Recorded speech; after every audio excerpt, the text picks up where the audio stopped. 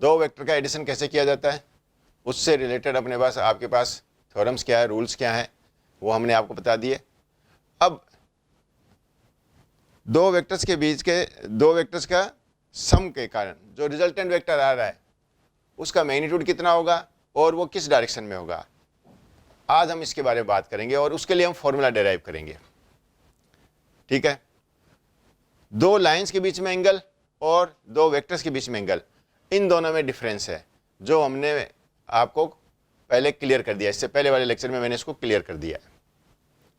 ठीक है, तो अब एक काम करते हैं कि हमारे पास एक वेक्टर ए है और दूसरा वेक्टर बी है, हमें इसका सम करना है और इससे का रिजल्टेंट आ रहा है वो कितना आता है, वेक्टर सी।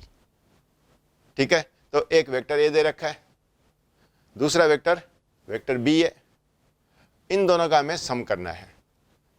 ठीक है, तो C is equal to vector A plus B, we have to determine the magnitude of C as well as the angle made by the C with a vector A, also the angle made by the vector B। Vectors जो अपने पास C ने A के साथ कितना angle बनाया है और B के साथ कितना एंगल बनाया है, ये दोनों ही हम डिटरमाइन करेंगे और वेक्टर C का मैग्नीट्यूड डिटरमाइन करेंगे। तो एक काम करें कि पहले हम इन दोनों वेक्टर को ऐड करें। ऐड करने के लिए आपको बता रखा है कि सबसे पहले फर्स्ट वेक्टर ड्रॉ कीजिए। आपने फर्स्ट वेक्टर ड्रॉ किया, वेक्टर ए कहाँ से स्टार्ट हुआ, पी से, कहाँ तक है, क्यू तक। ठीक है, Q is the final point of vector A. Q से हमने सेकेंड वेक्टर बी है उसका इनिशियल पॉइंट मिलाया और सेकेंड वेक्टर ड्रॉ कर दिया, कहाँ तक, क्यू से लेकर आर तक। अब इनका रिजल्टेंट कहाँ से आएगा, फर्स्ट वेक्टर के इनिशियल पॉइंट से सेकेंड वेक्टर के फाइनल पॉइंट तक।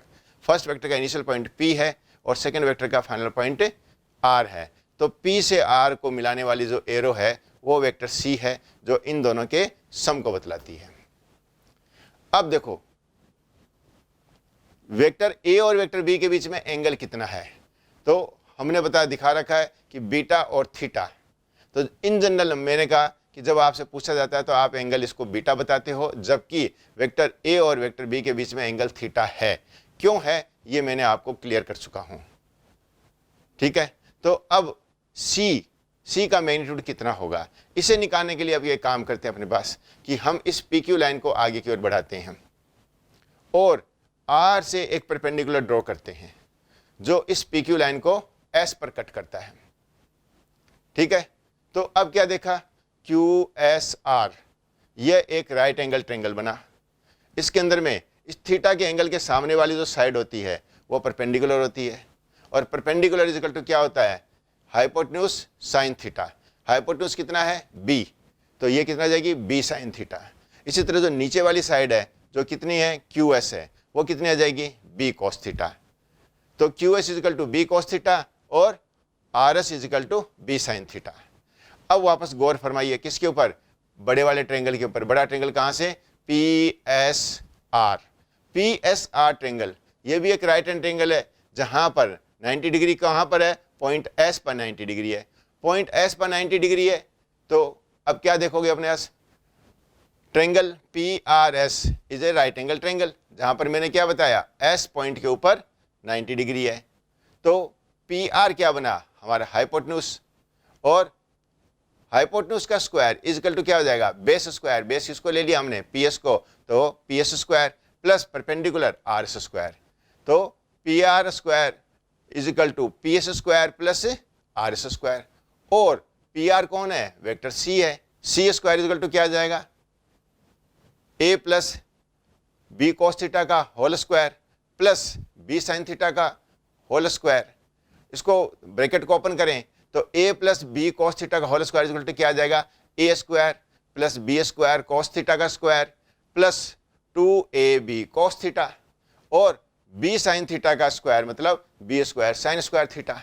अब एक काम कर ले अपने पास कि मेरे पास है B square cos square theta और B square sine square theta, इसको मैंने साथ साथ में ले लिया और B स्क्वायर कॉमन ले लिया, तो मेरे पास इक्वेशन क्या आ गई, A square plus B square into sine square theta plus cos square theta plus 2AB cos theta.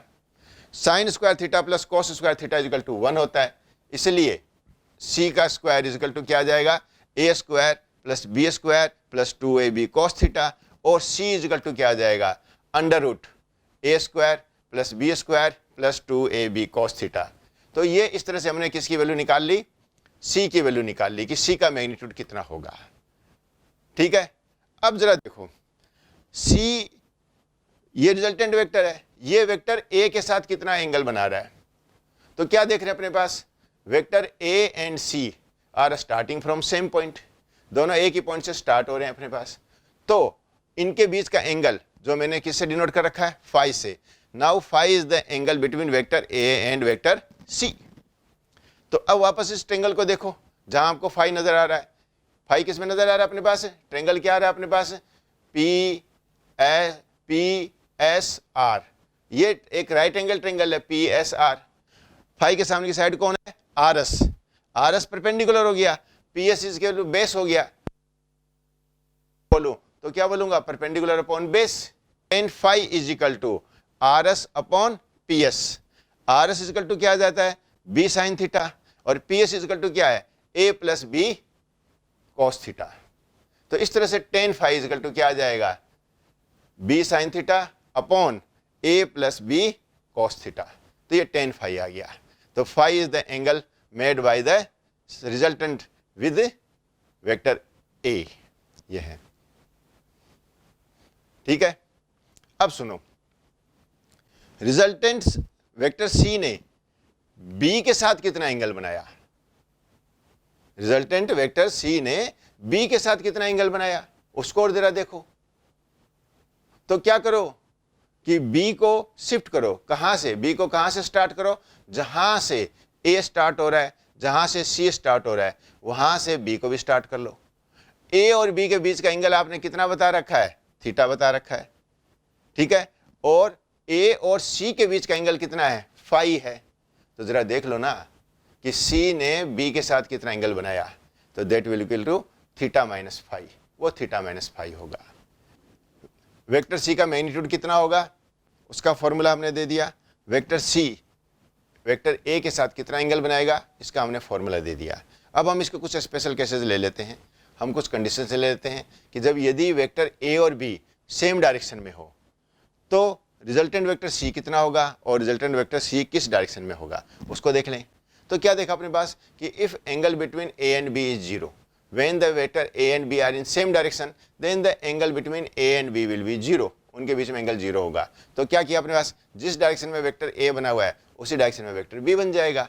Vector B कहाँ से स्टार्ट होगा, जहाँ पर वेक्टर ए खत्म होता है वहाँ से वेक्टर बी स्टार्ट होगा। ठीक है, अब रिजल्टेंट वेक्टर के लिए आपने क्या बता रखा है कि the resultant vector is the arrow joining the initial point of the first vector to the final point of the second vector. तो ए के इनिशियल पॉइंट से, फर्स्ट वेक्टर के इनिशियल पॉइंट से सेकंड वेक्टर कौन है, B, उसके final point को join करने वाली एरो वो क्या हो जाएगी, C, C is equal to A plus B. अब जरा आप सी का मैग्नीट्यूड देखिए।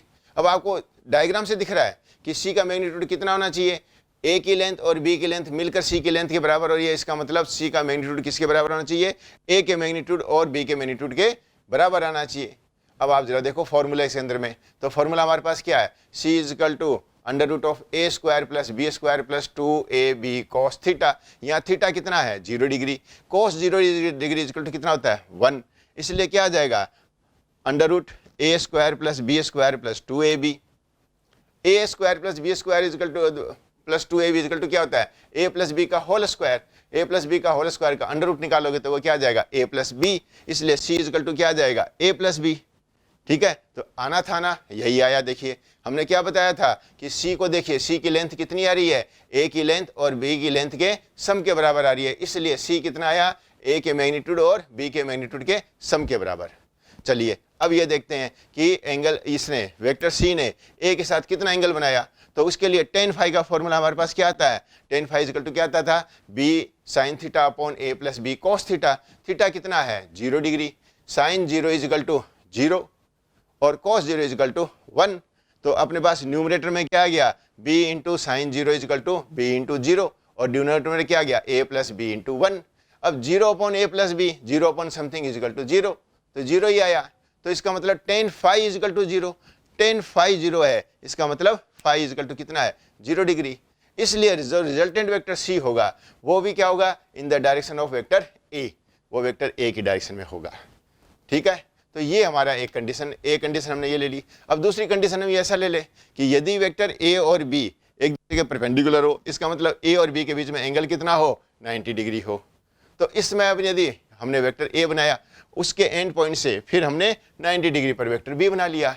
सी, फर्स्ट के इनिशियल से सेकंड के फाइनल पॉइंट को ज्वाइन करने वाली लाइन क्या आ जाएगी, इनके सम को बतलाएगी। अब सी कितना होगा, आपको पता है कि फॉर्मूला लगाइए। वापस सी कितना देखा कि सी का मैग्नीट्यूड इक्वल टू कितना होता है, under root of A square plus B square plus 2ab cos theta. Theta कितना आया, 90 डिग्री।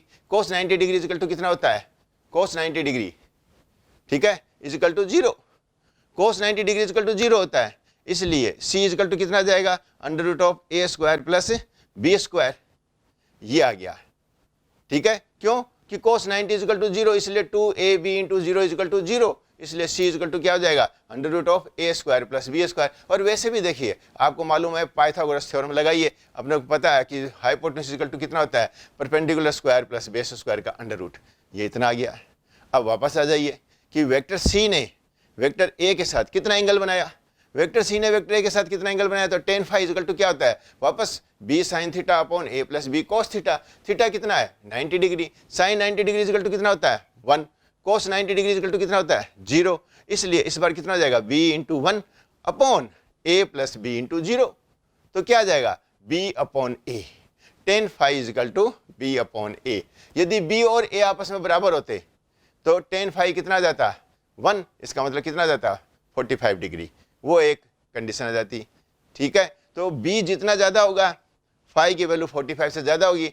b यदि a से कम होगा तो फाई की वैल्यू 45 से कम होगी। आई बात समझ में। चलिए अब एक कंडीशन और ले लें। क्या ले लिया अपने पास कि यदि if two vector a and b are in opposite direction, a के अपोजिट डायरेक्शन में कौन है, b। If a and b are in opposite direction then the angle theta will be 180 degree. दोनों के बीच में एंगल कितना हो जाएगा, 180 degree. In that case the magnitude of c कितना, लगाइए formula, c is equal to under root of A square plus B square plus 2ab cos theta. Theta is equal to 180 degree. cos 180 degree, cos 180 degree is equal to, आप जानते हो बच्चों कितना होता है, -1। इसलिए क्या आ गया, c is equal to under root of A square plus B square plus 2ab into -1 is equal to under root of A square plus B square minus 2ab। A square plus B square minus 2ab is equal to A plus B का whole square या b minus A का whole square. तो ये इस पर depend कर जाएगा कि a b से ज़्यादा है तब तो a माइनस बी का होल स्क्वायर, और b a से ज़्यादा है तो b माइनस ए का होल स्क्वायर। तो इस तरह से ये रिजल्टेंट वेक्टर आ गया हमारे पास। रिजल्टेंट वेक्टर c का मैग्नीट्यूड कितना होगा, वो आ गया, ठीक है। डायग्राम से भी क्लियर है। हमने क्या बना रखा है, वेक्टर क्या बना दिया, पहले वेक्टर a बना दिया, वेक्टर a के फाइनल पॉइंट से हमने वेक्टर b बना दिया अपोजिट डायरेक्शन में, और फिर अब हम देख रहे हैं कि वेक्टर a के इनिशियल पॉइंट से वेक्टर b के सेकंड वेक्टर के फाइनल पॉइंट को ज्वाइन करने वाली एरो आएगी, वह दोनों के रिजल्टेंट को बतलाएगी। तो c इतना बताया जा रहा है। तो a में से वेक्टर a की लेंथ में से यदि मैं वेक्टर b की लेंथ माइनस कर देता हूं तो वो किसके बराबर जाती है, वेक्टर c के बराबर जाती है। अब वापस एंगल कितना बनाया, वेक्टर c ने वेक्टर a के साथ एंगल कितना बनाया, तो tan phi. tan phi equal to, वापस क्या जानते हो अपने पास कि b sin theta upon a plus B cos theta. Theta कितना है, 180 degree. sin 180 degree equal to कितना होता है, 0, और cos 180 डिग्री इक्वल टू कितना होता है, -1। तो tan फाई इक्वल टू कितना हो जाएगा, b into 0 upon a minus b। b into 0 equal to 0, 0 upon something equal to 0, इसलिए tan फाई इक्वल टू 0। इसका मतलब phi equal to either 0 degree या 180 डिग्री। 0 डिग्री तो कब हो जाना अपने पास कि जब b is greater than a, और 180 डिग्री कब हो जाना है, जब a is less than b, ऐसा आएगा, ठीक है। तो ये चीज़ आ गई अपने पास से वेक्टर एडिशन की। दो वेक्टर को हमने ऐड करके देख लिया। दो वेक्टर के एडिशन से जो रिजल्टेंट वेक्टर जो c आया, उसी का मैग्नीट्यूड कितना हुआ, c की डायरेक्शन कौन सी हुई, कब वो अपने पास a की डायरेक्शन में आएगा, कब वो a के अपोजिट डायरेक्शन में आएगा, कब वो a के साथ 45 डिग्री का एंगल बनाएगा। ये सारी कंडीशन हमने डिस्कस कर ली, ठीक है। तो this is all about your vector addition. तो वेक्टर एडिशन के हमने आपको फॉर्मूले बता दिए। वेक्टर एडिशन के इससे पहले हमने आपको लॉ ऑफ वेक्टर एडिशन बता दिया। वेक्टर एडिशन अब पूरी तरह क्लियर। आ गई बात समझ में, ठीक है बच्चों।